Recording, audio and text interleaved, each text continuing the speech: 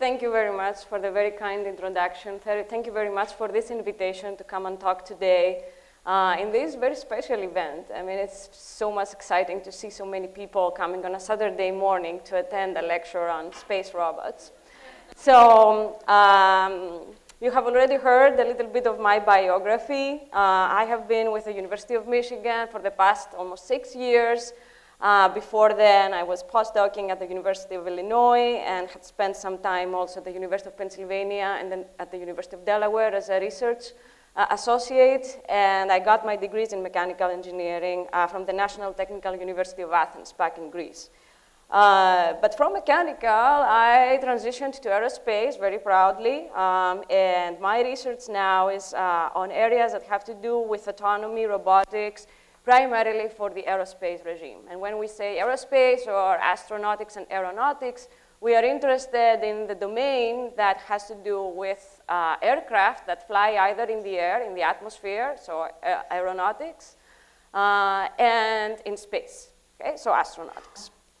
So my research all these years has been supported by these 2 grants that were very kindly mentioned, and other funds from DOD, NSF, industrial members, and involve mostly the collaborative multi-agent systems. So my expertise in multi-agent systems, meaning we are interested in how systems that comprise of many subcomponents, like for example, a team of robots or a team of aircraft or a team of space robots can work together in order to collaboratively achieve a common task.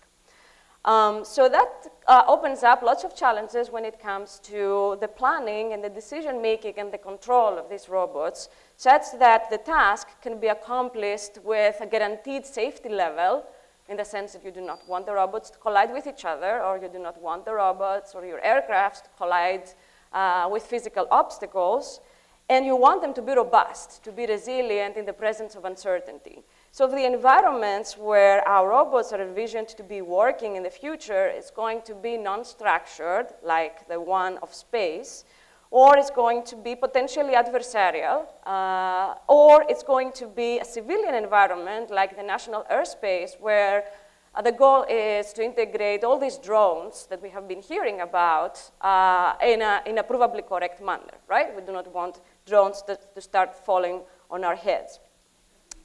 Same for the self-driving cars. It's, again, a multi-agent system where the car will have to be able to make intelligent decisions, safe decisions, with respect to the other entities, the other agents, the other cars in the environment.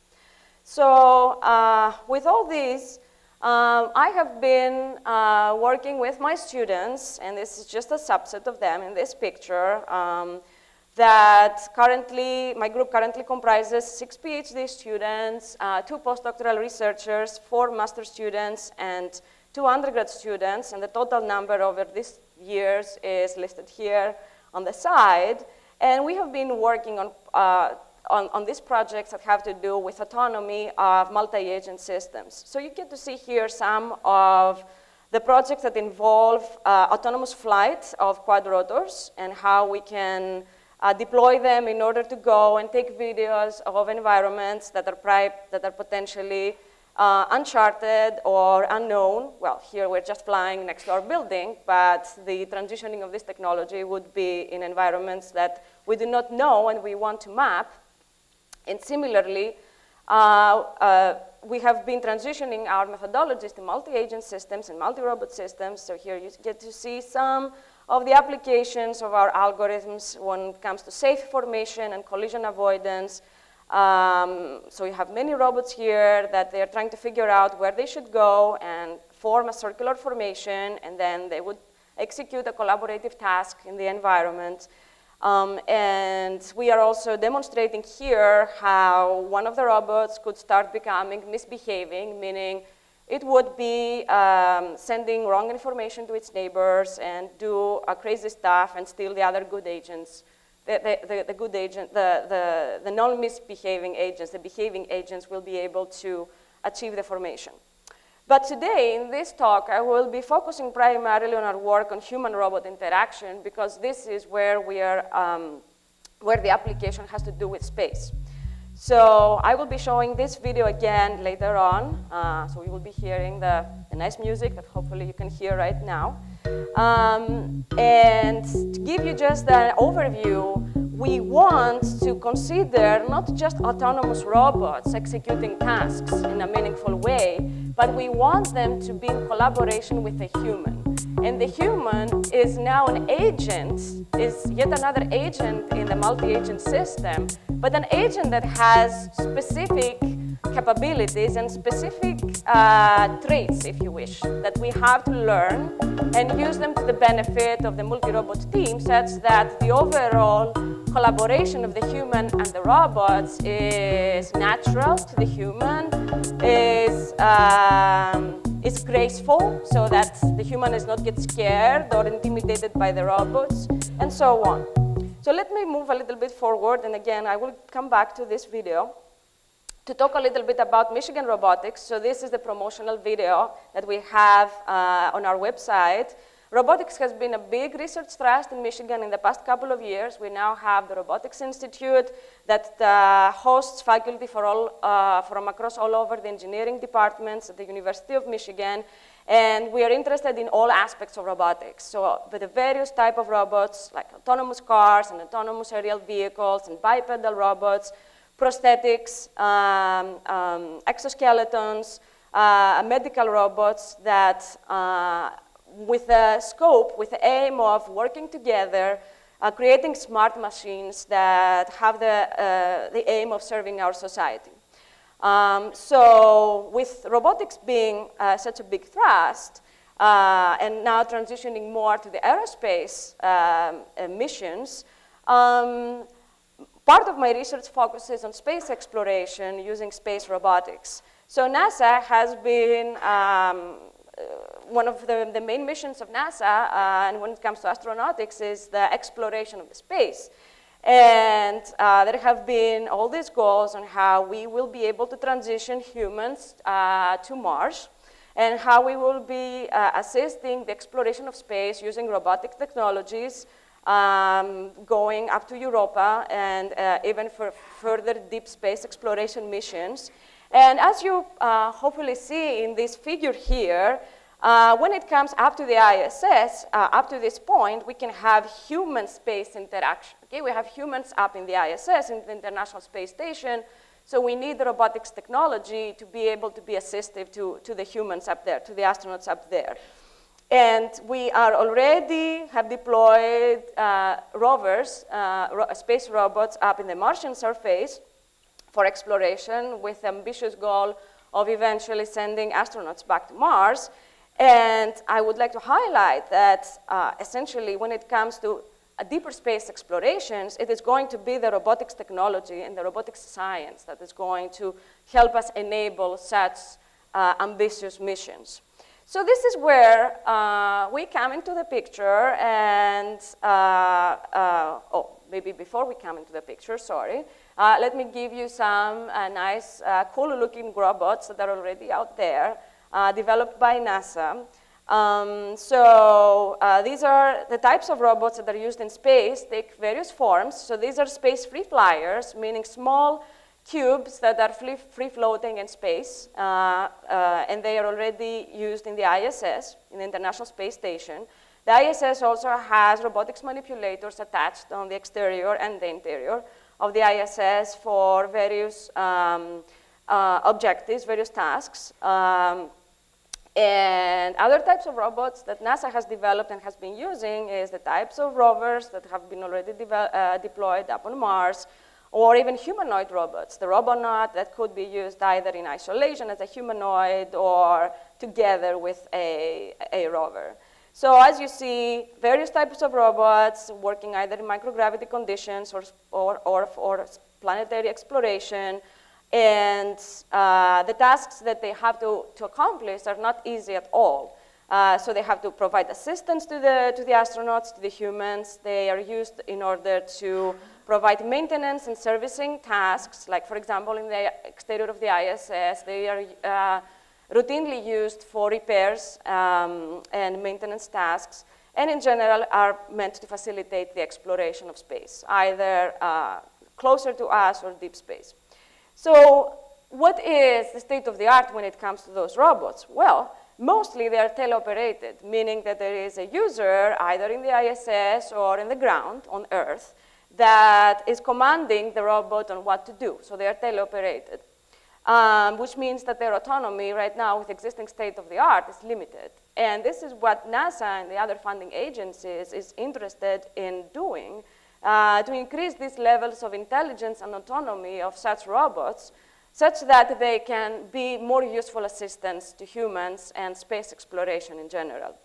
So this is where our project comes into the picture. So we were motivated back in 2016, and we submitted a proposal that was funded by the NASA Early Career Faculty Program on how we can take this particular class of robots, which are these space-free flyers, and make them, rather than a teleoperated machine that is being controlled by humans to collect data, to be used like a sensor network, to make it more of an autonomous swarm of machines that on their own surround and safely interact with a human in various environments. Like, for example, in EVAs, in extravehicular activities, for repairs, and, or IVAs in the interior of the spacecraft or the ISS.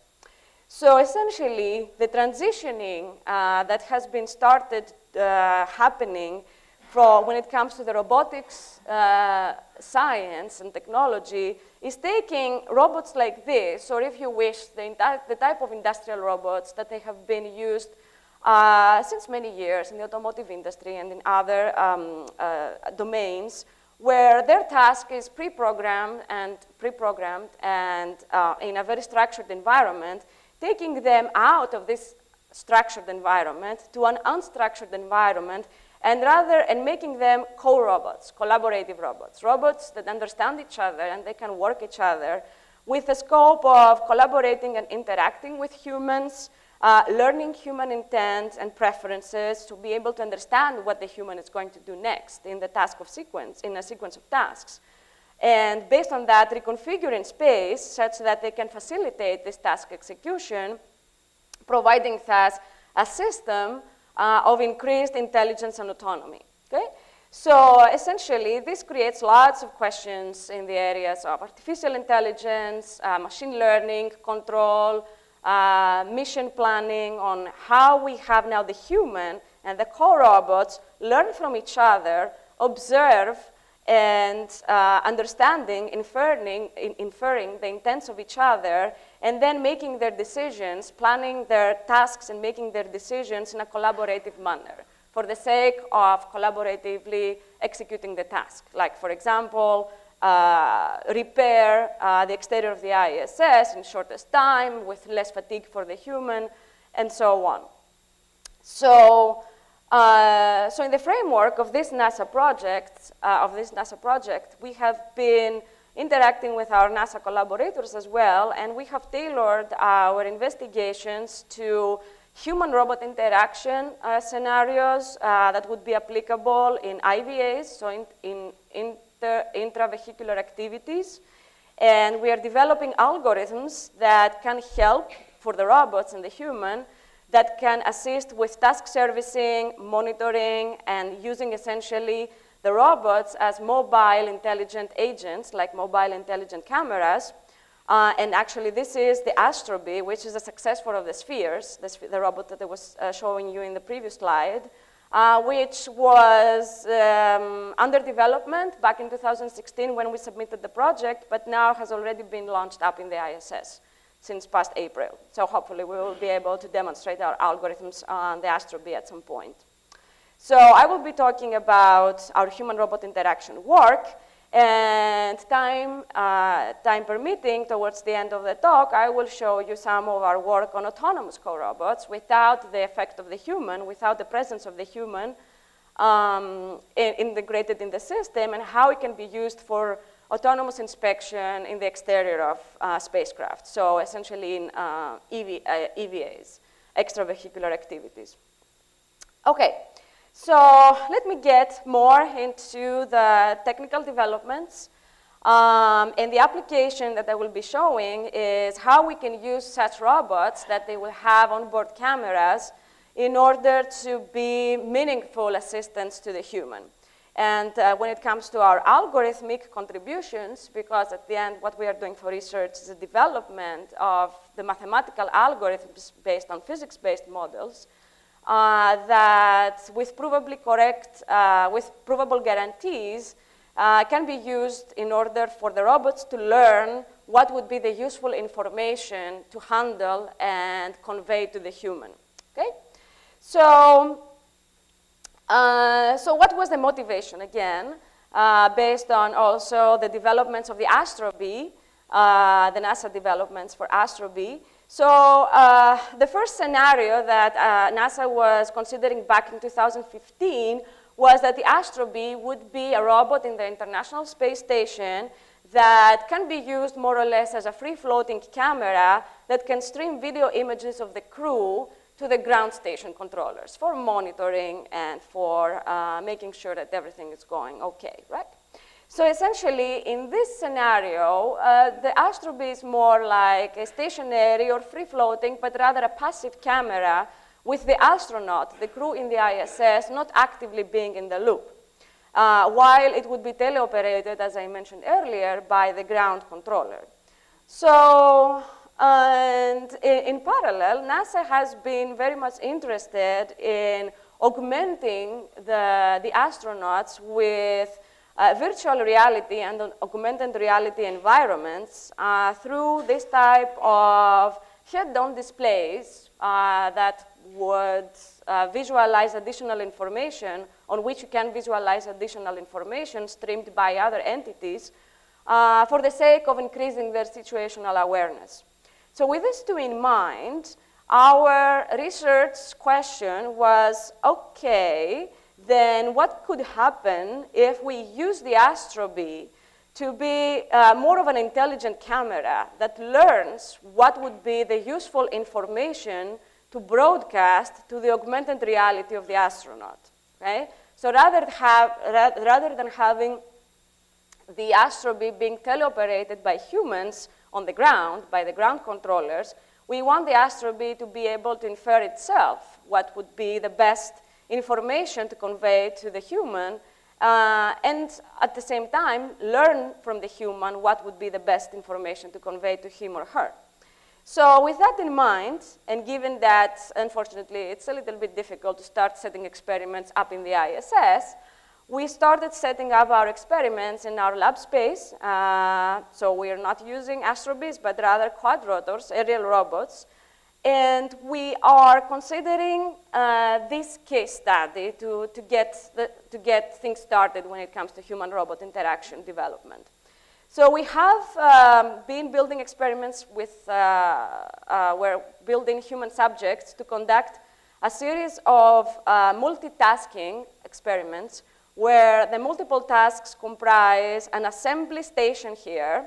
So we have our users assemble a toy kit, with the instructions of this toy kit being on one side of the room, out of their field of view, and the secondary process being a button that goes off at random time instances following a Poisson process, being the secondary process that the human is supposed to monitor. So the primary task is assemble, because usually the humans in the ISS will have to go and do stuff, assemble, do repairs in some workstation, but at the same time, they will have to be able to be aware of the other processes that are happening in their surroundings. So what is the research question here? We wanted to test a hypothesis that maybe the views the online video streamed by a robotic assistant, an aerial robot in our case here, would possibly be beneficial to the human in the sense that if you get views of the areas that you are not currently monitoring, then you would be able to execute the task in shortest time and with less fatigue, and overall in a more natural way for the human. Okay, so, the robot has to learn by just observing the human activity where the human is splitting their attention or their gaze in space, in the workspace, and decide what are the camera views of which area, what are the areas and what camera views that it would be good to send to the augmented reality display of the human. Okay, so that's the experiment that we are setting and we are working on right now. So as I mentioned, the objectives for the robot is to learn what are the locations where the humans split their attention as they are executing these tasks via unsupervised learning, and how to direct now the robot, how to control the robot to autonomously go and take views of the best location, in some sense, for the human. And yeah, we are aiming to assess the efficacy, the comfort, the naturalness of the interaction for the human when it has this assistive technology, and more quantitative metrics like task completion time and head motion reduction. Okay, so a little bit about the modeling. We are considering that the human has a limited field of view, as obviously has a limited field of view. So we model it as a cone for which we take, and the parameters of the cone, meaning like the angles and the distances, have been adopted by physiology textbooks to make it realistic for the visual, for the human visual acuity. And similarly, the robot has an onboard camera, which comes with its own limitations when it comes to the distance, to the effective distance, and essentially the effective field of view. So we are having also a cone of vision for the robot with parameters that come with the usual parameters of the onboard camera. So with this with the modeling now in place, what is the objective is that, okay, so the human, so imagine now a human executing the tasks, like they want to assemble the toy kit, and in order to assemble the toy kit, they have to gaze over the instructions, and because they don't know how the toy kit looks like. And at the same time, they should not forget to keep an eye on the secondary process, which is the button here. So essentially, the cone of view of the human naturally moves in space over time, and we want the robot to be able to figure out what are the locations in the workspace that the human spends most of its attention. Meaning we want the robot to figure out that the human stares more here on the instructions, more on the workbench, and more on the button, the secondary process. So the human's visual activity essentially can be thought as the integral of this cone over time. And this is the visual data that we get for the human. And these raw data, we are using them we are modeling them through a Gaussian mixture model through expectation maximization. So we are running, so the algorithm, the robot is running this algorithm for learning what are the areas of interest for the human, the areas of visual interest for the human, and builds this model over time. Okay, so as you see here, the areas that are the important, the task locations in this experiment end up being the peaks of the Gaussians. So with that model now, we essentially have to make now the robot decide which one would be the best to photograph or to video stream to the human, okay? The robot understands that, okay, this is where the human is mostly observing, so these are the important areas, and I have to go and help him or her by picking one of them to send to the head-on display.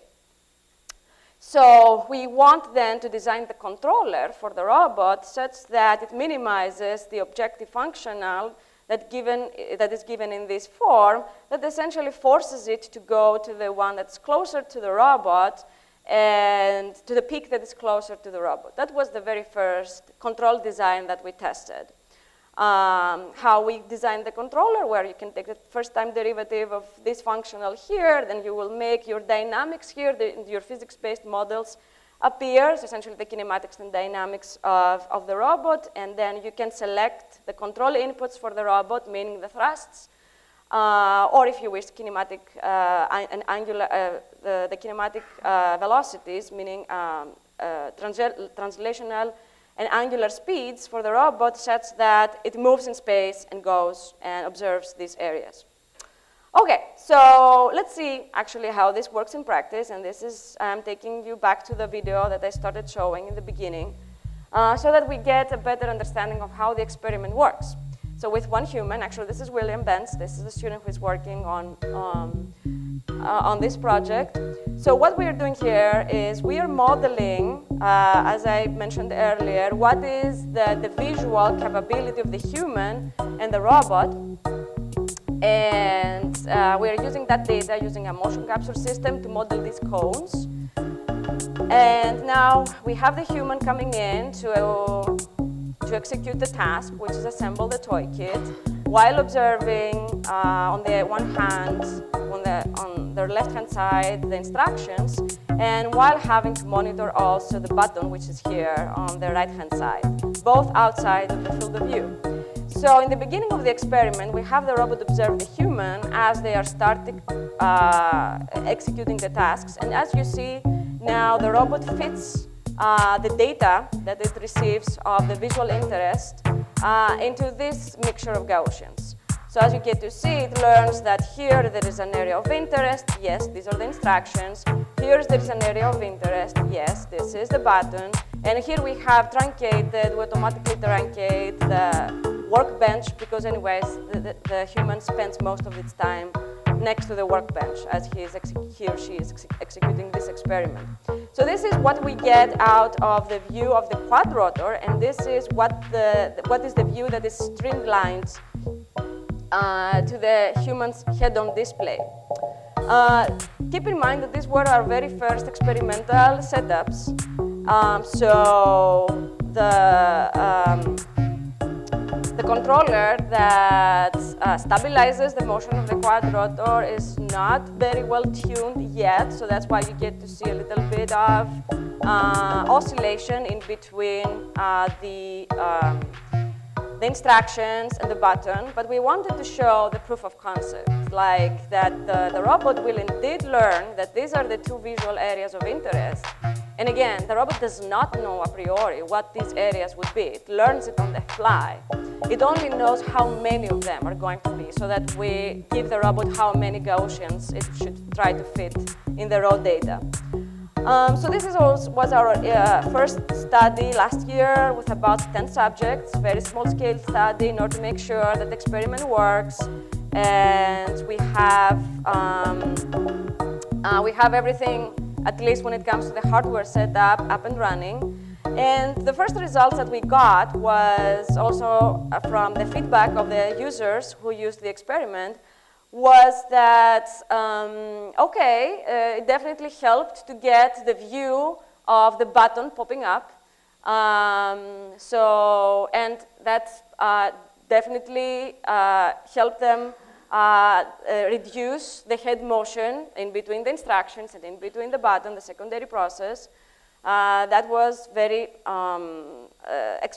that was as expected from our physical intuition, and this is what is visualized here also in these results. So for most of the subjects, the time and the time to task completion and the head motion were reduced This one is a subject who didn't really find it particularly useful, and we hypothesized that maybe it has to do with the subject not being that much familiar with head-on displays and virtual reality environments and so on. So we are taking that into account now in the second set of trials that we are working with our experiments. And another conclusion was that this head-on display that we were using, and again, that was just an initial deployment for testing the proof of concept, was not particularly ergonomic. Okay, so you get to see here that the user was wearing these glasses with a very small camera being attached on them. So essentially, the view that it was getting from the quadrotor could have been accurate. So the quadrotor might have been showing them either the instructions or the button, but it was too small for the human to really make any useful information out of it. And that's why we decided to transition to the HoloLens, and with a depth camera sensor attached to the HoloLens, and with eye trackers also attached to the HoloLens, so that we better model also the direction of the gaze of the human. Okay? So we are tracking also now where the pupils of the human are, so that we have a better measurement of where the human is actually staring, and not just rely on the head motion. Okay? Because obviously my head might be looking at this direction, but I might be still staring you. So we take that into account now in our second set of experiments. So, and in addition, as I said, our controller for the quadrotor was quite naive, if you wish, in the sense that the quadrotor chose to go and show to the human what was closer to it. But why would that be the very best thing for the human to observe? Obviously, it was one of the task locations that are of interest to the human, because the quadrotor had learned that, yes, this is where the humans split their attention.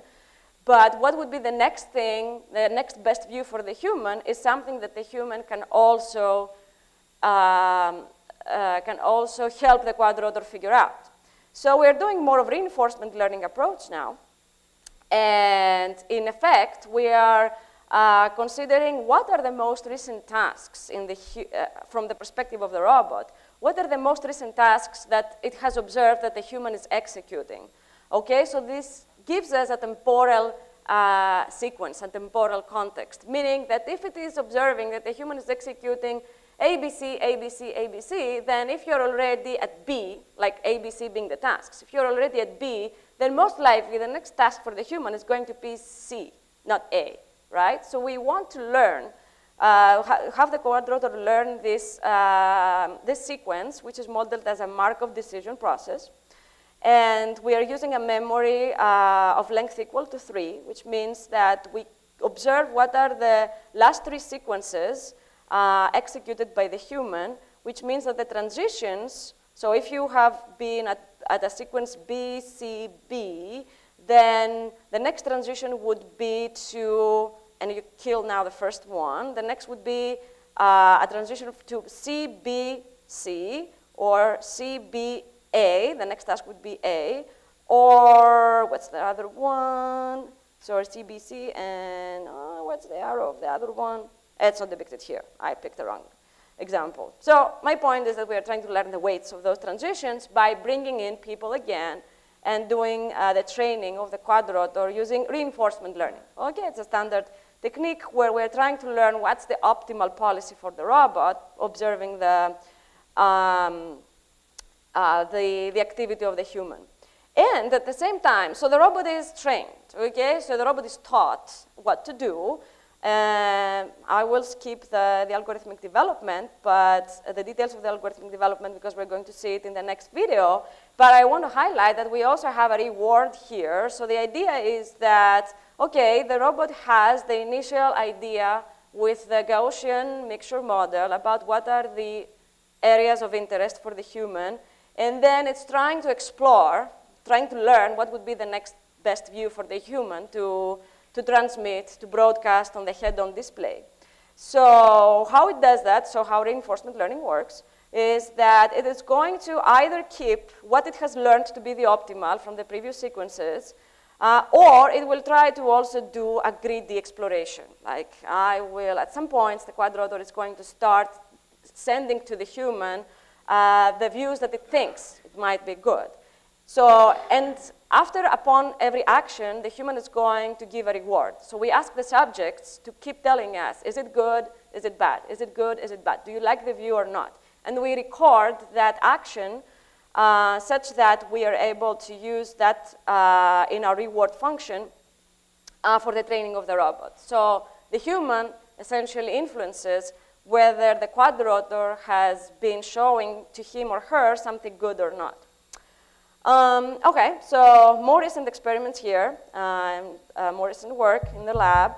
So again, we have now the subjects coming in and wearing now the HoloLens with a depth camera, with the eye trackers also embedded in the HoloLens so that we have better data for the gaze of the human. And the setup is very, very similar with the addition that we have now the human assembling based on the instructions, monitoring the secondary process, but at the same time, we also ask the human to give us the reward to the robot for the robot during the training of the robot, yes or no. So we having the humans here, you know, they will have to have this backpack with all the computers on board because all the processing is happening on board. Here is the process where, in the beginning, without the deployment of the quadrotor, we have the human, we built the Gaussian mixture model of the areas of interest. As you see again, one area of interest was here, the instructions, the other was the button, the other was the workstation. And this is the sequence, the Markov decision process, whose weights we're going to learn. Using Q-learning, we're training the policy for the robot, and the robot now is going to be controlled to even better move closer to the areas that are of interest to the human. And you probably saw, you know, the human giving thumbs up, like, yep, okay, robot, I like what you're showing to me right now. So here you see what would be actually this is the view of the HoloLens. That was the view of the HoloLens, the augmented reality display, much better, right? Compared to having just a small camera in your eyes. And now we are monitoring better also, you know, the type of subjects we are using. And we get to see that there is a correlation between people who have already been very much familiar with video games and this type of technologies, really finding the use of the assistance of the robot more natural and more helpful to them. Whereas, you know, people will come in and they do not have this prior interaction with robots or video games, or maybe for them, even putting on the HoloLens for the first time is going to be something overwhelming. They get more confused in the beginning. Of course, there is a learning rate, right? And what we are, so that was, again, second set of experiments. Right now, in our current set of experiments, we're trying to take out this learning factor. So we're bringing in subjects, fewer subjects, but we're training them for longer time such that this learning effect is also faded out from the data and then train the robot based on that data. Why is that the case? Why we care about that? Well, because the idea is that, you know, an astronaut up in the ISS or a pilot is going to be an experienced user. You don't want to necessarily train them. You're not going to train them on the fly.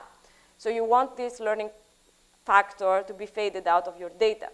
But if you are considering this type of setup for a domestic robot, okay, and assistance of elderly people, of people who want to just go buy a robot off the shelf eventually and train it to their own preferences, then you will have to take into account also this learning factor. So we are studying both cases separately, depending on the context.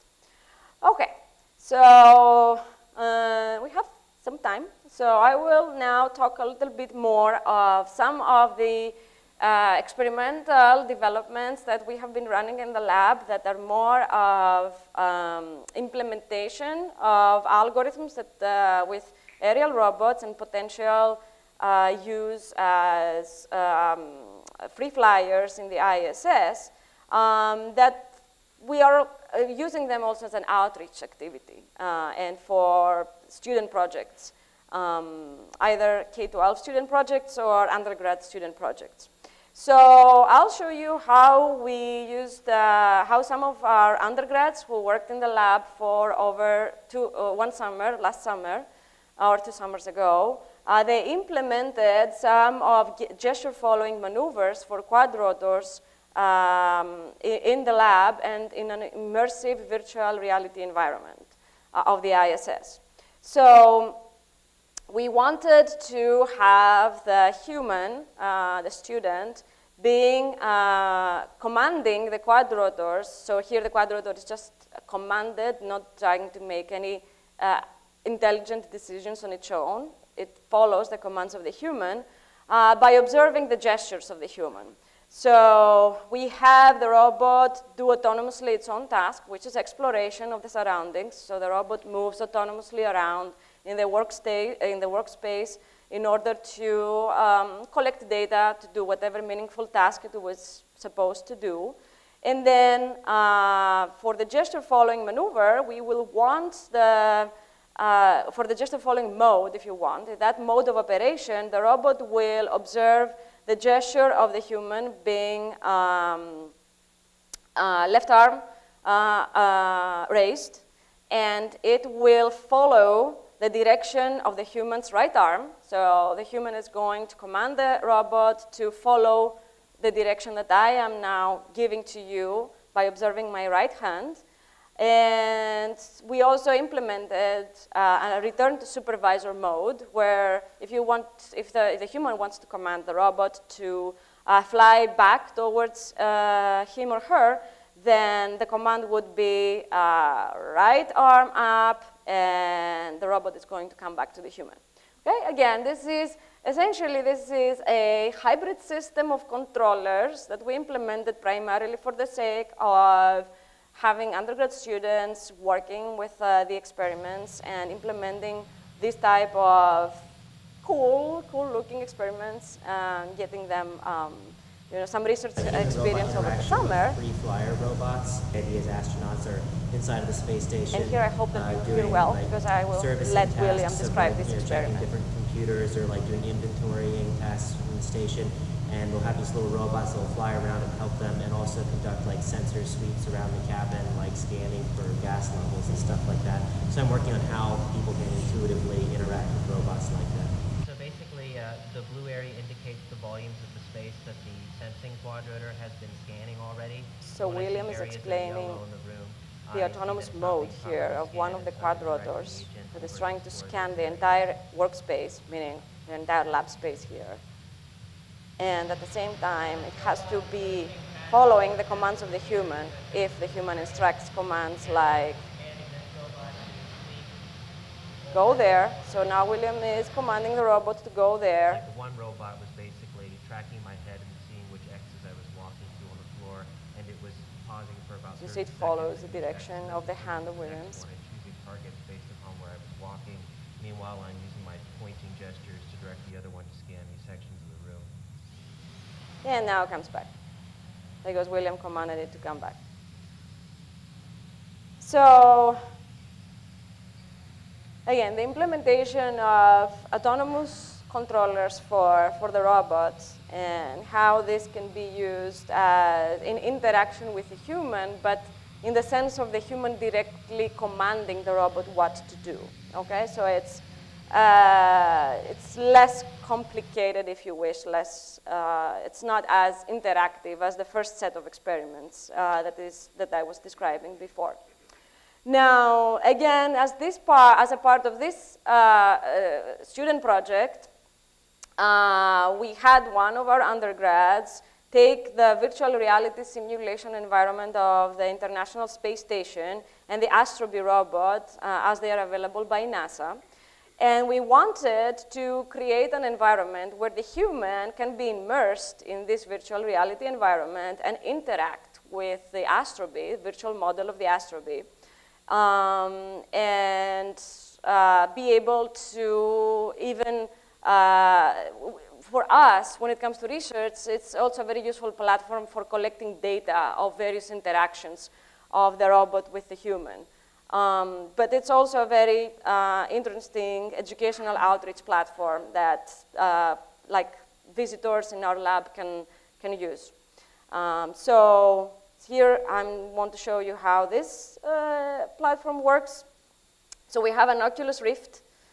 The immersive virtual enabled simulation uses an Oculus Rift, which is this device here, which now loads. And this is what you see in the Oculus Rift. Okay, so if you were immersed, you would see yourself being here in the International Space Station. Obviously, we are doing that in 1G gravity, so it's not very realistic yet, but you know, it's a first try. We have also developed, like, for external visualization, we have this human here, this astronaut, graphical model of the human, so that we can see how, from an external viewpoint, how the human can interact with the astrobee. So here is the astrobee, and it's following similar commands like those that you saw in the experiment earlier, with William commanding the quadrotor. So here, essentially, Alex and William are immersed in the ISS, Alex is immersed in the ISS. Here, the astrobee is moving on its own, doing its autonomous stuff. You see here, it's collecting data from that part of the workspace. And at some point, the user, Alex, is going to start, so you see, it is avoiding the human. So it's going close, but it's not colliding with the human. And yeah, you get to see an astrobee coming, you know, virtually towards you. I mean, it's kind of cool. Sometimes, if you are not careful and you start throwing, you know, if you throw a very abrupt command on go there, it might go hide somewhere in the ISS, and then you have to look it up. Like, you start walking around. Yeah, I mean, I'm not kidding. You start walking around to see where is my astrobee? Where did my astrobee go? So yeah, it's a long video of operating following mode. I mean, we demonstrate here the exact same controllers and how now Alex is going to raise the hand and the astrobee is going to, the following mode of the operators, it's going to come closer to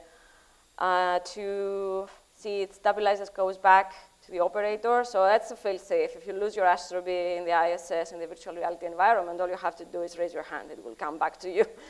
And similarly, there's a demonstration later on that shows that the astrobee is following the direction of, the vector following, the direction of the direction of the hand, of the arm of the user. So here, Alex points it to go to the right, and the astrobee is going to be following this command. And we have also this thing as a third-person view visualization. So again, these are projects that have taken place over the summers for our undergrad students. Alex is one of our undergrads.